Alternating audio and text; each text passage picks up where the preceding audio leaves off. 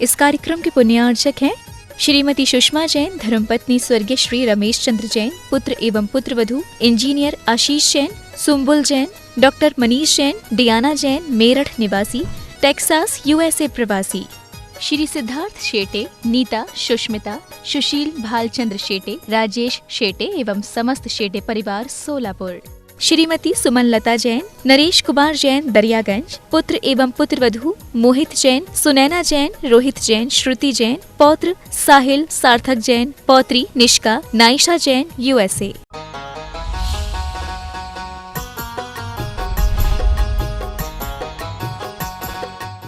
संत शिरोमणि आचार्य गुरुवर श्री विद्यासागर जी महाराज की जय। और हम योग प्रणेता पूज्य मुनिषी प्रणव में सागर जी महाराज की जय। ओम अरहम नमः। श्री तत्वात् सूत्र के शंका समाधान सत्र में आप सभी का स्वागत है। आज पूज्य श्री आपके द्वारा की गई शंकाओं का समाधान करेंगे। यदि आप भी अपनी शंका भेजना चाहते हैं तो विजिट कीजिए हमारी वेबसाइट ttv.arham.yoga और हमारे शंका समाधान फॉर्म को फिल कीजिए। सत्र संबंधी शंकाओं का समाधान स्वयं पूज्य गुरुवर करेंगे। इस कक्षा संबंधी सभी जानकारियों को जानने के लिए आप हमारी वेबसाइट ttv.arham.yoga को विजिट कर सकते हैं। आप हमारे व्हाट्सएप ग्रुप को भी ज्वाइन कर सकते हैं cut.ly/तत्वार्थ पे। तो चलिए अपने सत्र की शुरुआत पूज्य श्री के द्वारा अरहम ध्यान योग से करते हैं। सीधे बैठ जाइए। आसन सुखासन, अर्ध पद्मासन या पद्मासन हो। गर्दन सीधी, कमर सीधी। गर्दन सीधी, आंखें बंद।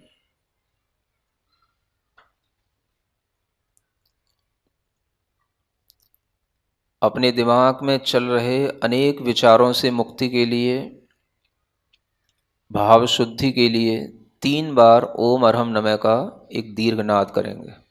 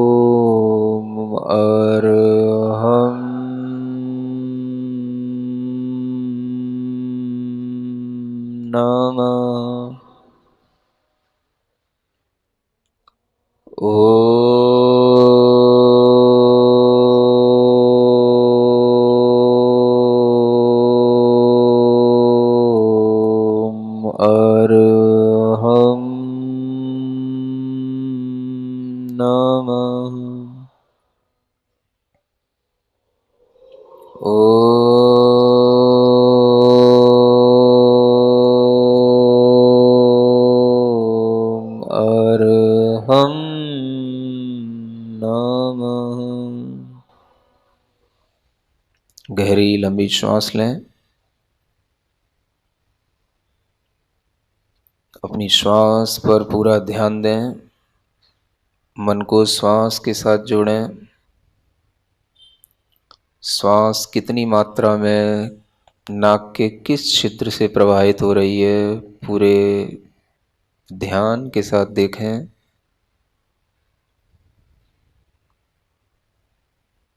शरीर को बिल्कुल स्थिर बनाएं। हिलना डुलना बिल्कुल बंद। एक ही आसन, एक ही मुद्रा। धीरे धीरे शरीर को बिल्कुल स्थिरता के रूप में महसूस करें। पूरे शरीर के अंदर जो हमें अपना सेंसेशन हो रहा है, अपना अनुभव हो रहा है, वही मेरी चेतना है, जो अत्यंत सूक्ष्म रूप में पूरे शरीर में व्याप्त है। वह चेतना इस शरीर से अलग है। उसका स्वभाव इस शरीर से भिन्न है।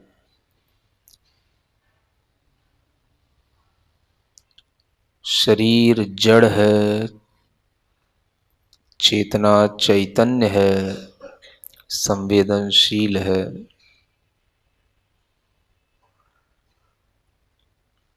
एक श्वास जो हम ले रहे हैं, छोड़ रहे हैं, उसे एक गिन करके 27 श्वासोच्छ्वास से एक का उत्सर्ग करेंगे, इस भावना से कि मैं शरीर नहीं हूँ।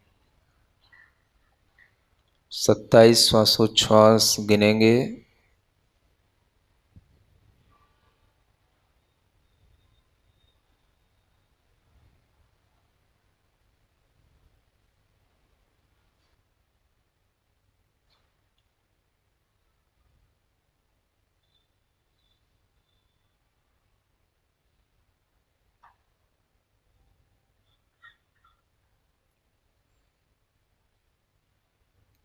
अपने आप को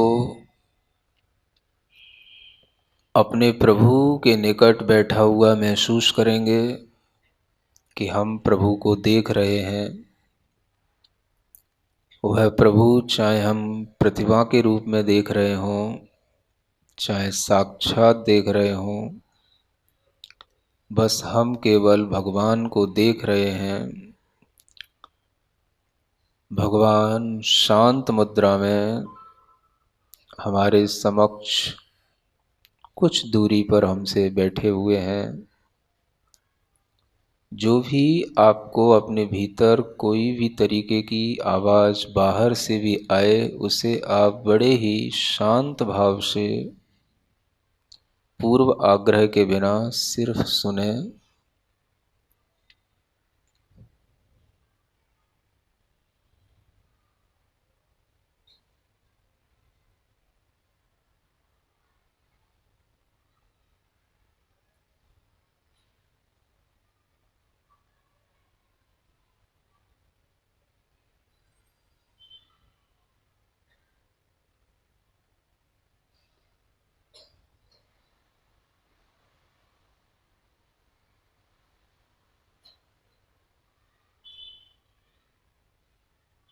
किसी भी तरह की आवाज़ सुनाई पड़े, उसे इस रूप में सुने कि यह भगवान की वाणी है।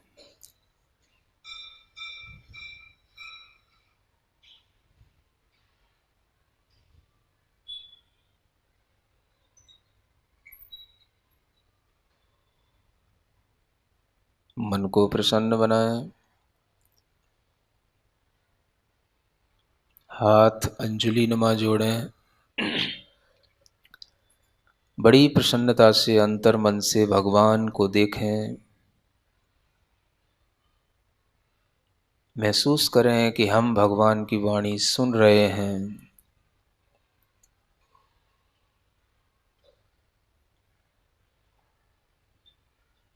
और भीतर से आनंदित हो रहे हैं।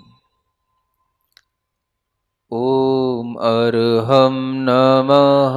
ओम अर्हं नमः। ओम अर्हं नमः। ओम अर्हं नमः। ओम अर्हं नमः। ओम अर्हं नमः। ओम अर्हं नमः। ओम अर्हं नमः। ओम अर्हं नमः। ओम अर्हं नमः। ओम अर्हं नमः। ओम अर्हं नमः। ओम अर्हं नमः। अपनी हथेलियां घिसकर आंखों पर रखें। ओम अर्हं परम शांति।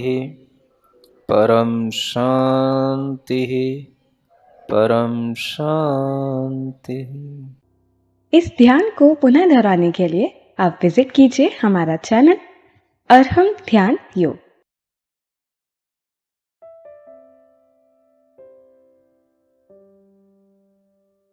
नमोस्तु महाराज श्री।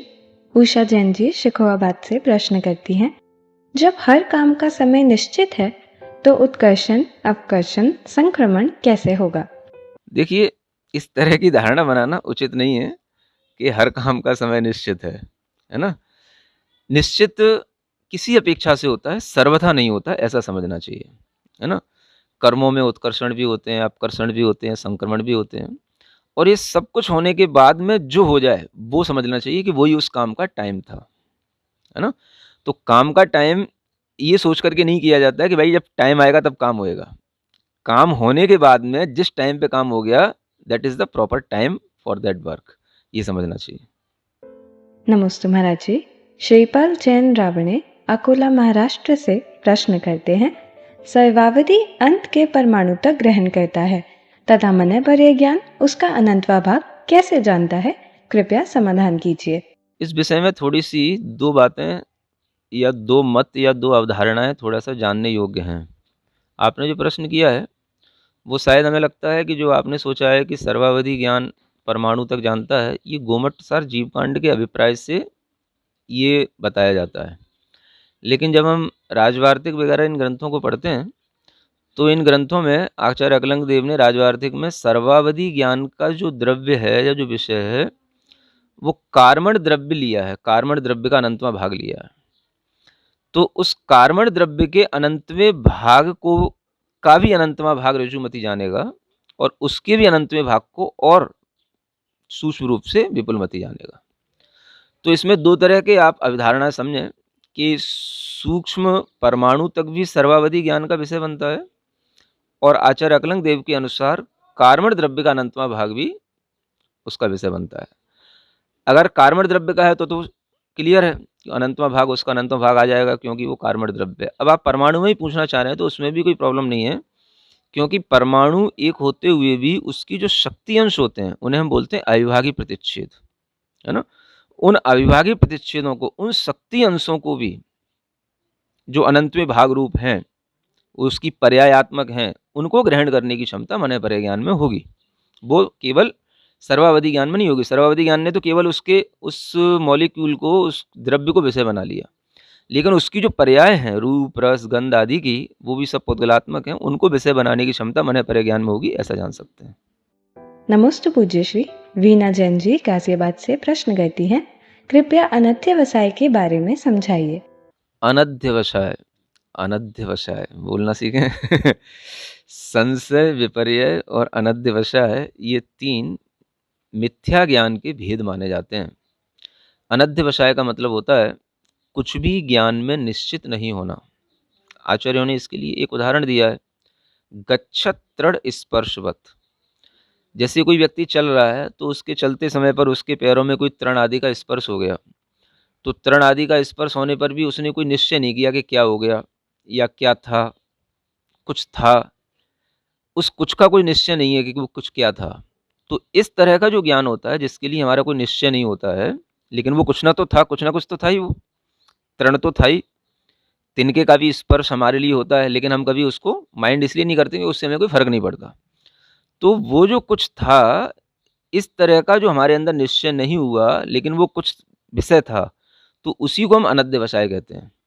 अध्यवसाय का मतलब है निश्चित कर लेना, और अनध्यवसाय का मतलब है कुछ है ऐसा निश्चय नहीं होना और उसके कारण से उसको छोड़ देना। कुछ होगा, कुछ था, लेकिन हमने उसका निश्चय नहीं किया कि क्या था। नहीं समझा? एकदम से मान लो आपके सामने से कोई भी पक्षी निकल के चला गया, तो वो पक्षी सफ़ेद रंग का था, तो एकदम से आपको लगा कि ये पक्षी था, या कोई सफ़ेद रंग का कोई कपड़ा ओढ़ कर के चला गया, तो आपने देख कर के भी उसको बारे में सोचने की कोशिश नहीं की, निश्चित करने की कोशिश नहीं की। जैसे कभी-कभी आपको आसमान में भी दिखाई देता होगा कोई, मतलब प्लेन चली जा रही है ना? और आप उसको देखोगे तो उसको उस समय पर आपको लगेगा कि ये चिड़िया उड़ रही है कि प्लेन ही जा रही है। समझ आ रहा है ना? या ये और कोई चीज़ चल रही है। तो आपने देख भी लिया और सोचा नहीं उसके बारे में, निश्चय नहीं किया, उसको बोलते हैं अनध्यवसाय। तो इस तरीके की जो ये प्रवृत्ति होती है जिसमें हम कुछ निश्चित नहीं करते हैं ज्ञान में, उसको अनध्यवसाय ज्ञान बोलते हैं। ये मिथ्या ज्ञान में ही आता है। सम्यक ज्ञान हर चीज़ का निश्चय करता है। अवग्रह के बाद में इस तरह के अनध्यवसाय संभव हैं, लेकिन उसे हम अनध्यवसाय मिथ्या ज्ञान रूप नहीं कहेंगे, वो अवग्रह ज्ञान की परिणति कहलाएगी। अगर हमने उसमें निश्चय कर लिया तो वो यह ज्ञान की तरफ जाकर के अवाय से निश्चय कर लेता है। नमस्ते पूज्य श्री। डॉक्टर मगन जैन आष्टा से प्रश्न करते हैं, नरकों में नित्य अशुभता लेशा होती है, ऐसी स्थिति में वहाँ धर्म ध्यान कैसे संभव हो सकता है? धर्म ध्यान श्रद्धा से होता है ना। श्रद्धा भीतर आत्मा की अपनी एक भावनात्मक और उस दर्शन मोहिनी कर्म के क्षय क्षोभसम से उत्पन्न होने वाली परिणति है। तो बाहर कितनी भी लेस्या के प्रकार हों, ऊपर कसायों के कितने ही आवरण हों, लेकिन अगर श्रद्धा बनी हुई है तो श्रद्धा कभी छूटती नहीं है ना? जैसे आप अगर मान लो किसी तत्व पर अपनी श्रद्धा कर लिए, है ना, देवशास्त्र गुरु पर अपनी श्रद्धा कर लिए, अब आपके घर में कोई ऐसा माहौल आया कि बहुत सारी कसाय उत्पन्न हो रही है, बहुत सारा आपका दिमाग खराब हो रहा है, सब कुछ हो रहा है, तो उससे ज़रूरी नहीं कि आपकी श्रद्धा भी पूरी की पूरी टूट जाए। आप उस समय पर उस चीज़ में बिल्कुल इन्वॉल्व हैं, लेकिन ज़रूरी नहीं कि आपका श्रद्धा उस समय पर पूरा का पूरा नष्ट हो जाए। तो श्रद्धा बनी रह सकती है। कसायिक परिणति, बाहरी माहौल अलग चीज़ होती है। वो श्रद्धा से ही धर्म ध्यान होता है, उसी को आज्ञा विचय धर्म ध्यान कहते हैं। नमोस्तु पूज्य श्री राजेंद्र कुमार छाबड़ा महाराष्ट्र से प्रश्न करते हैं, अरिहंत और तीर्थंकर परमेष्टि कितनी और कौन कौन सी रिद्धि के धारी होते हैं? क्या वे अवधि ज्ञान रिद्धि और मन ज्ञान रिद्धि के धारी भी होते हैं? अगर हाँ, तो वह केवल ज्ञान के साथ साथ 2 और रिद्धियों के धारी हो जाएंगे। क्या यह संभव है? आपको ये सब चीज़ें अब बहुत अच्छी तरह से स्पष्ट होनी चाहिए, क्योंकि अगर आपने तत्वार्थ सूत्र सुन लिया है तो ये सब चीज़ें बताई जा चुकी हैं। पहले तो ये ज्ञान में रखो कि केवल ज्ञान जहाँ होता है वह अन्य कोई भी ज्ञान नहीं होते हैं। जब अन्य कोई ज्ञान नहीं है तो उन ज्ञान संबंधी रिद्धियों की बात ही करना कोई मतलब का नहीं है ना? तो जहाँ केवल ज्ञान है वहाँ पर ऋजुमति ज्ञान, अवधि ज्ञान, इन सब रिद्धियों का कोई प्रयोजन ही नहीं है। रिद्धियाँ तो ज्ञान के साथ ही होती है ना। जब वहाँ ये ज्ञान ही नहीं है तो ये रिद्धियाँ कहाँ से होंगी? तो इसलिए केवल ज्ञान अपने आप में सबसे बड़ा ज्ञान है और केवल ज्ञान की प्राप्ति अपने आप में सबसे बड़ी रिद्धि है। वहाँ इस रिद्धि के होने के बाद में अन्य किसी रिद्धि की आवश्यकता नहीं होती है। इसलिए अरहंतों में, तीर्थंकरों में जो अतिशय होते हैं वो दूसरे तरह से होते हैं, वो ज्ञान के अतिशय कहलाते हैं। उनको इन छोटे ज्ञान की रिद्धियों के साथ कंपेयर करना ठीक नहीं है। नमोस्तु भगवान। संगीता जैन नोएडा से प्रश्न करती हैं, आगम में कितने तत्व गर्भित हैं? यदि जीव तत्व गर्भित है तो कैसे? तो आगम से ही तो सभी तत्वों का ज्ञान होता है। आगम में ही तो, जब आप आगम पढ़ेंगे तो आगम में क्या मिलेगा? कोई भी आप आगम उठाएंगे, सिद्धांत उठाएंगे, तो जीव से ही तो शुरू होता है। जीव के बिना कर्म नहीं आ सकते हैं। तो जब हम कर्म सिद्धांत पढ़ेंगे तो उसमें भी जीव आएगा। किस जीव के बारे में बता रहे हैं? जीव सिद्धांत पढ़ेंगे तो जीव आएगा। एक इंद्रिय जीव है कि पंचेंद्रिय जीव है? तो जीव तत्व को जाने बिना तो कुछ भी शुरू नहीं होगा। तो आगम में जब जहाँ जीव शुरू होगा तो जीव के बारे में जैसे ही आपने जाना तो क्या जाना? मान लो जीव तत्व के बारे में जाना तो कम से कम ये पता होगा आपको एक इंद्रिय है कि पंचेंद्रिय है, तो ये कैसे आएगा, है ना?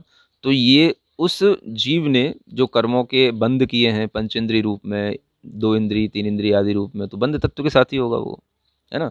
बंध हुआ है तो बंध जो होगा वो कर्म के बिना नहीं होगा।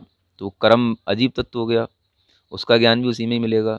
बंध हुआ है तो आश्रव भी होगा, आश्रव के बिना बंध नहीं होता है। तो सब चीज़ें एक दूसरे पर ऐसे इंटरकनेक्टेड हैं। तो अपने को ये समझना चाहिए कि जहाँ हम कोई भी, चाहे हम आगम की बात करें, चाहे भगवान की बात करें, चाहे हम मुनि महाराज की बात करें, वो सब जो है वो जीव तत्व के आश्रित मोक्ष तत्व की अगर बात कर रहे हैं तो वो जीव से मोक्ष तत्व तक की यात्रा के बीच के सारे तत्व उसमें समाहित हो ही गए। उसके बिना तो कोई आगम नहीं होता, उसके बिना कोई भी मुनि महाराज नहीं होते। नमोस्तु महाराज जी। आपने कहा था गुण तत्व में और अरहम तत्व में कुछ कुछ तत्व गर्भित होते हैं, पर क्या गुण तत्व में जीव, अजीव, बंध, आश्रव तत्व भी गर्भित होते हैं? सब होते हैं, अपेक्षा भेद से हम कह सकते हैं, लेकिन वैसे देखा जाए तो सभी होते हैं, क्योंकि गुरु में भी जीवत्व है, जीव तत्व है ना? वो मोक्ष तत्व का श्रद्धान किए हुए हैं। निर्जरा प्रति समय चलती ही है ना? बंधों का रोकना होता है ना? आश्रव और बंध एक साथ होने वाले तत्व हैं। तो सब कुछ जो है उनमें घटित होता है, ऐसा कोई बात नहीं है, सब में सब कुछ घटित हो जाता है। नमोस्तु महाराज जी। क्या सिद्ध परमेष्टि में, सिद्ध भगवान में भी अजीब तत्व गर्भित होगा? ये किस अपेक्षा से पूछा जा रहा है, ये कुछ समझ नहीं आ रहा। सिद्ध भगवान में जीव तत्व, तो तत्व तो सभी में है। अपेक्षा भेद से अनेकांत दर्शन में सब कुछ घटित होता है। अपेक्षा भेद करना सीखो, है ना? जीव तत्व अगर है तो वहाँ पर वो तत्व भी, अजीव के बिना कहीं भी कोई तत्व नहीं होता है ना? अब जैसे जो द्रव्य वहाँ रह रहा है, सिद्ध जीव, सिद्ध भगवान जहाँ रह रहे हैं, तो वो सिद्ध भगवान वहाँ रह रहे हैं तो वहीं क्यों रह रहे हैं? लोक के अग्रभाग पर ही क्यों बैठे हैं? आगे पीछे क्यों नहीं जा रहे हैं? नीचे क्यों नहीं आ रहे हैं? किसके कारण से? धर्मास्तिकाया भावात, है ना, ये आपको आगे अध्याय में बताया जाएगा। माने धर्म द्रव्य का वहाँ तक ही सद्भाव होता है, उसके आगे अभाव होता है। तो धर्म द्रव्य के का भी उसमें एक अपना प्रभाव हो गया। तो जीव तत्व के साथ में वहाँ पर अजीव तत्व इस तरह से जुड़ा हुआ है। अगर धर्म द्रव्य है तो धर्म द्रव्य अजीव द्रव्य है, अजीव द्रव्य का वहाँ पर प्रभाव इस तरह से दिखाई दे रहा है। उनमें क्या तत्व, उनमें वो तत्व है कि नहीं, तो उनमें तत्व ये है कि उनको उस तत्व की जानकारी है, यही उनका तत्व है। क्योंकि जीव कभी अजीब तो नहीं हो सकता है। तो जीव तत्व जो वहाँ पर है उसमें अजीव तत्व कैसे घटित होगा, तो वो अजीब तत्व की जानकारी रखते हैं, आश्रव बंध तत्व की जानकारी रखते हैं, ये उनका तत्व है। बाकी तो उनमें आश्रव बंध ये सब कोई तत्व तो बचे नहीं, क्योंकि कर्म का आश्रव वगैरह नहीं है। तो इसलिए जीव तत्व है, मोक्ष तत्व है, ये शुद्ध अवस्था में है। नमोस्तु भगवान। डॉक्टर मंजू जैन जी दिल्ली से प्रश्न करती हैं, असैव का अर्थ सैव का अभाव तो ठीक है, कुछ पर्याय यह क्यों लिखा है?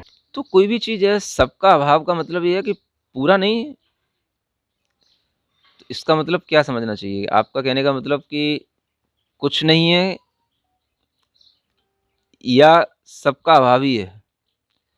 तो सबका अभाव होने का मतलब ऐसा नहीं है कि वहां पर किसी चीज का अस्तित्व ही नहीं है। सबका अभाव होने का मतलब कुछ है, कुछ नहीं है, लेकिन पूरा नहीं है, सर्व नहीं है ना, कंप्लीट नहीं है, तो उसको बोलते हैं असर्व, है ना। सर्व का अभाव, सर्व का मतलब हो गया जितना टोटल जितनी भी पर्याय होनी चाहिए थी उन सब की जानकारी होनी चाहिए थी। तो कभी भी मतिक ज्ञान से, श्रुत ज्ञान से जितनी भी पर्याय होती हैं सबकी जानकारी नहीं हो सकती है। द्रव्य की जानकारी तो ले सकते हैं हम, लेकिन पर्याय की जानकारी पूरी नहीं हो सकती। द्रव्य तो वही है, अनादिकाल से था, अनंत काल तक रहेगा, लेकिन उसकी पर्याय हम कुछ पर्यायों को ही जानेंगे। श्रुत ज्ञान से भी हम उसकी कुछ पर्यायों को ही बता पाएंगे। शब्द की अपनी क्षमताएं होती हैं, जितना हम बोलते हैं उतना सारा का सारा आपके ज्ञान में क्लियर भी नहीं हो जाता है। तो ये सब उस शब्द की जो क्षमताएं हैं, ये श्रुत ज्ञान की क्षमताएं हैं, ये सब उसकी असर्व पर्यायों की ओर उसको डिनोट करती हैं। नमोस्तु भगवान। सुरेखा जैन गुड़गांव से प्रश्न करती हैं, बिना मुंह वाले जीव को श्रुत ज्ञान कैसे होगा? अब आप कौन से जीव की बात कर रहे हैं? मुंह अगर नहीं है तो इसका मतलब क्या है? एक आदमी का मुंह है, बोल नहीं पा रहा, उसकी बात कर रहे हो, कि जिसको मुंह ही नहीं मिला उसकी बात कर रहे हो? किसकी बात कर रहे हो? हाँ, तो क्वेश्चन कभी कभी क्लियर नहीं होते हैं, तो फिर अब आंसर किस परिप्रेक्ष्य में दूं? फिर भी आप ये जान करके रखें, चाहे मुंह हो फिर भी ना बोल पा रहा हो, या मुंह नहीं भी हो तो भी उसके अंदर श्रुत ज्ञान जो होगा वो उसके अपने श्रुत ज्ञानावरण कर्म के क्षयोपशम से होगा। और उस श्रुत ज्ञानावरण कर्म के क्षयोपशम से वह अपने लिए जो कुछ भी अहितकारी है उससे बचने की कोशिश करता है, जो अपने लिए कहना चाहिए हितकारी है या अच्छा है, फेवरेबल है, उसकी तरफ जाने की कोशिश करता है। तो वो आप देखोगे कोई भी होगा, 2 इंद्रिय जीव, 3 इंद्रिय जीव, सब 1 इंद्रिय जीव, सब इस तरीके की चेष्टाएं करते हैं। यही उनका श्रुत ज्ञान होता है। नमोस्तु पूज्य श्री।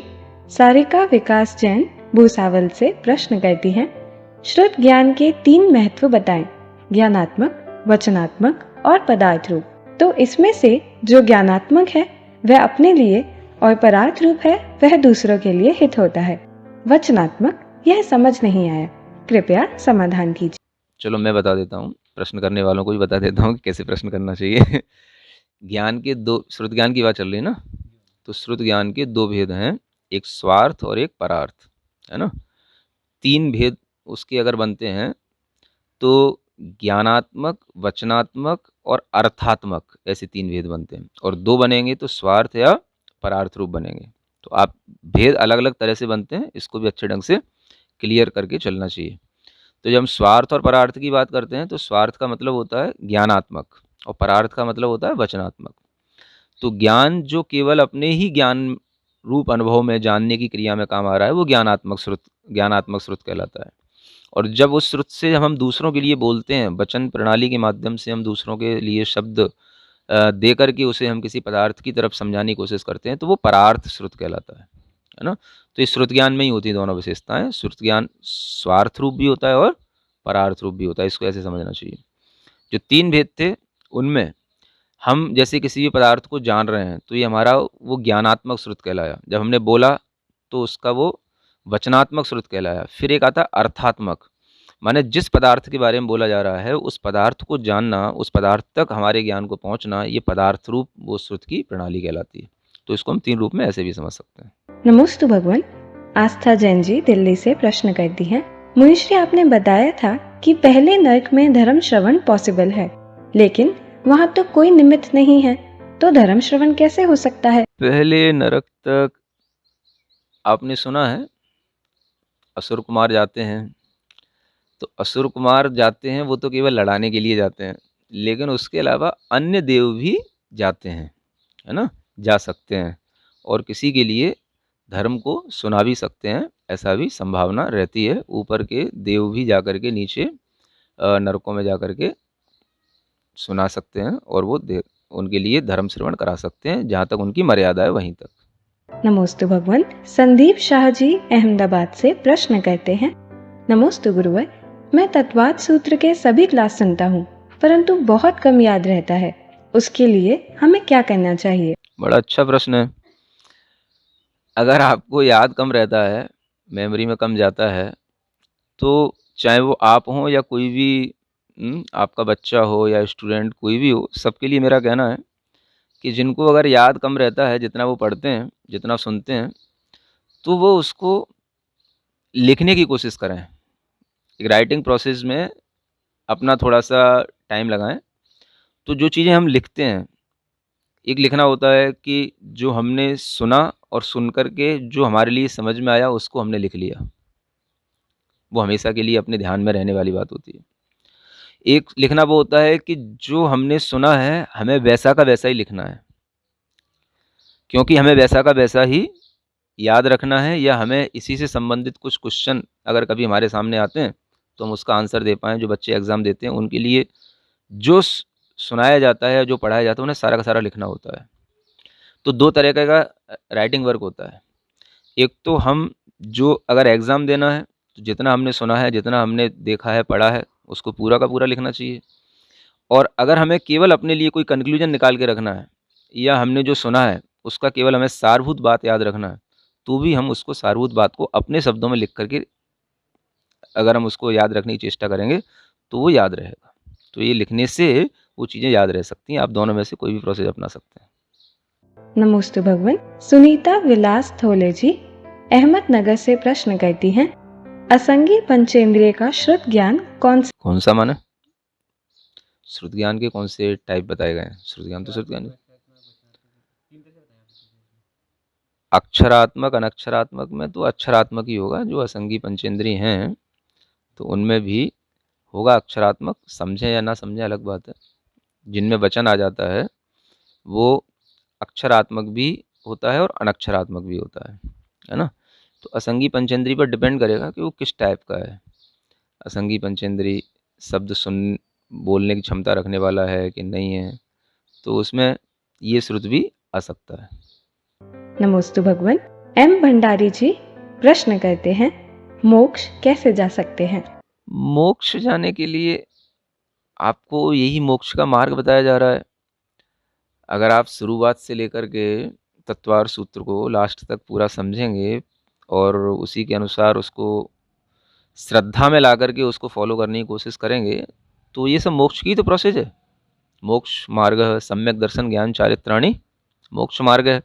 तो आपको मोक्ष के रास्ते पर चलाने के लिए सम्यक दर्शन ज्ञान चारित्र की बात समझाई जा रही है। तो सम्यक दर्शन उसका पहला फैक्टर है। उस सम्यक दर्शन को समझ लेंगे तो बाकी की सब चीज़ें अपने आप समझ में आ जाएंगी। नमोस्तु गुरुवर। निर्मला मेहता जी जोधपुर से प्रश्न करती हैं, असर्व पर्याय का मतलब क्या होता है? ये प्रश्न तभी भी हो चुका है। असर्व का मतलब ही सभी पर्याय नहीं जानता, कुछ जानता है, स्थूल को जानता है, सूक्ष्म को नहीं जानता, ऐसा भी समझ सकते हैं असर्व पर्याय। सिरिजिणवाणी जग कल्याणी जग जन मदतम मोहरी जणमण हारी गढ़हर हारी जम जरा भव रोग हरि तिथ्य राणम दिव्य झुणिम जो पड़ई सुणई मय्ये धारई राणम सौख मणंतम धरिय सासद मोक्ष पदम पावई सासद मोक्ष पदम पावई।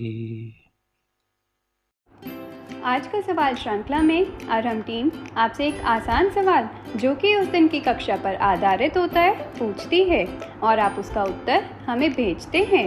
सबसे पहले मैं आप सबकी अनुमोदना करना चाहूँगी कि आपने स्वाध्याय को चुनकर अपना मार्ग प्रशस्त किया और इस प्रतियोगिता में भाग लेकर अपने ज्ञान को दृढ़ बनाया। आपका उत्साह और प्यार दोनों हमें आपके उत्तरों में देखने को मिल रहे हैं। पिछली सभी क्लासेस में डेली पार्टिसिपेंट्स के नंबर में इंक्रीमेंट हुआ है। अब बिना विलंब के मैं आपको ले चलती हूँ तत्वार सूत्र कक्षा और रिवीजन क्लासेस के भाग्यशाली विजेताओं की ओर। ये विजेता हमने सभी सही उत्तर देने वाले लोगों में से कंप्यूटर के द्वारा निकाले हैं। सभी विजेताओं को मिलेंगे आकर्षक अरहम ध्यान योग गिफ्ट हैम्पर। क्लास 17 के प्रश्न का सही उत्तर है शाइक और इसके भाग्यशाली विजेता हैं शशि जैन इंदौर से, शशि जैन मेरठ से, बसंती शाह जैन जी भीलवाड़ा से। क्लास 18 के प्रश्न का सही उत्तर है केवल ज्ञान और इसके भाग्यशाली विजेता हैं ममता जैन पाटनी जी, नीरा जैन जी अम्बाला कैंट से, वर्षा जैन जी दिल्ली से। क्लास 19 के प्रश्न का सही उत्तर है मन पर ज्ञान और इसके भाग्यशाली विजेता हैं कुसुम शाह जी कलौल से, सीमा जैन जी दिल्ली से, दशा कियावत जी मंदसौर से।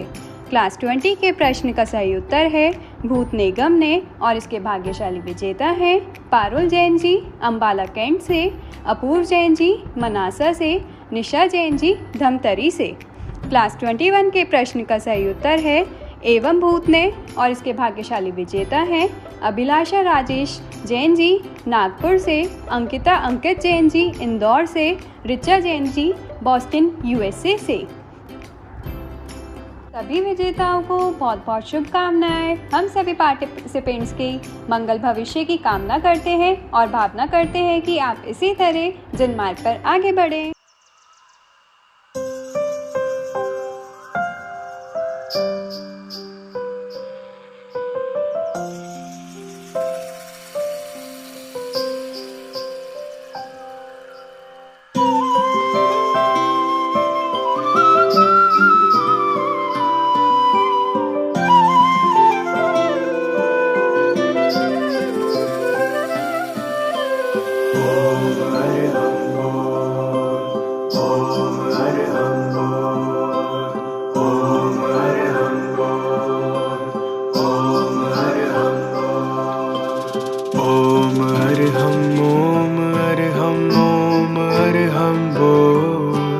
सभी कार्य की सिद्धि से तू पहले इसको बोल। ओम अरहम ओम अरहम ओम अरहम बोल। सभी कार्य की सिद्धि से तू पहले इसको बोल।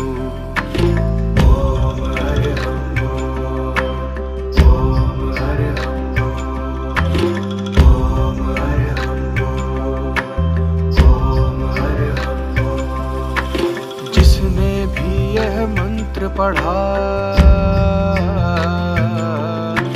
दुख सारा ही दूर किया। जिसने भी यह मंत्र पढ़ा दुख सारा ही दूर किया। जिसने भी इसको ध्याया सुख का पारावार लिया, सुख का पारावार लिया। महिमा इसकी शक्ति नहीं सका कोई तो। ओम अरहम ओम अरहम ओम अरहम बोल। ओम अरहम बोल। ओम अरहम बोल।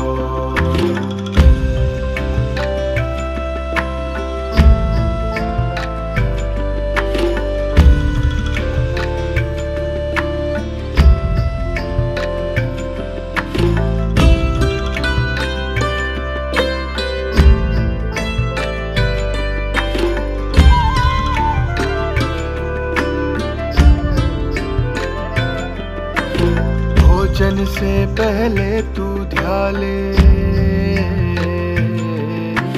चलते फिरते भी तू गाले। भोजन से पहले तू ध्यान, चलते फिरते भी तू गा ले। सोने से पहले जग करके इसका मन को नाद सुना ले, इसका मन को नाद सुना ले। सिद्ध शुद्ध अविरुद्ध मंत्र से तू अपना मुख खोल। ओम अरहम ओम अरहम ओम अरहम ओम अरहम बोल। ओम अरहम बोल। ओम अरहम ओम अरहम ओम अरहम बोल। सभी कार्य की सिद्धि से तू पहले इसको बोल।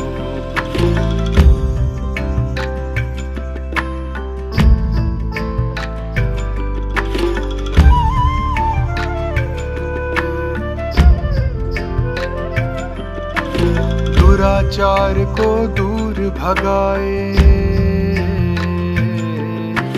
सोता तेरा भाग्य जगाए। दुराचार को दूर भगाए, सोता तेरा भाग्य जगाए। ध्यान साधना इसकी करके मानव अपना भाग्य बनाए, मानव अपना भाग्य बनाए। तन मन आत्मा शुद्धि कर ये महिमा है अनमोल। ओम अरहम ओम अरहम ओम अरहम बोल। ओम अरहम बोल। ओम अरहम बोल। ओम अरहम बोल। ओम अरहम बोल। ओम अरहम बोल। ओम अरहम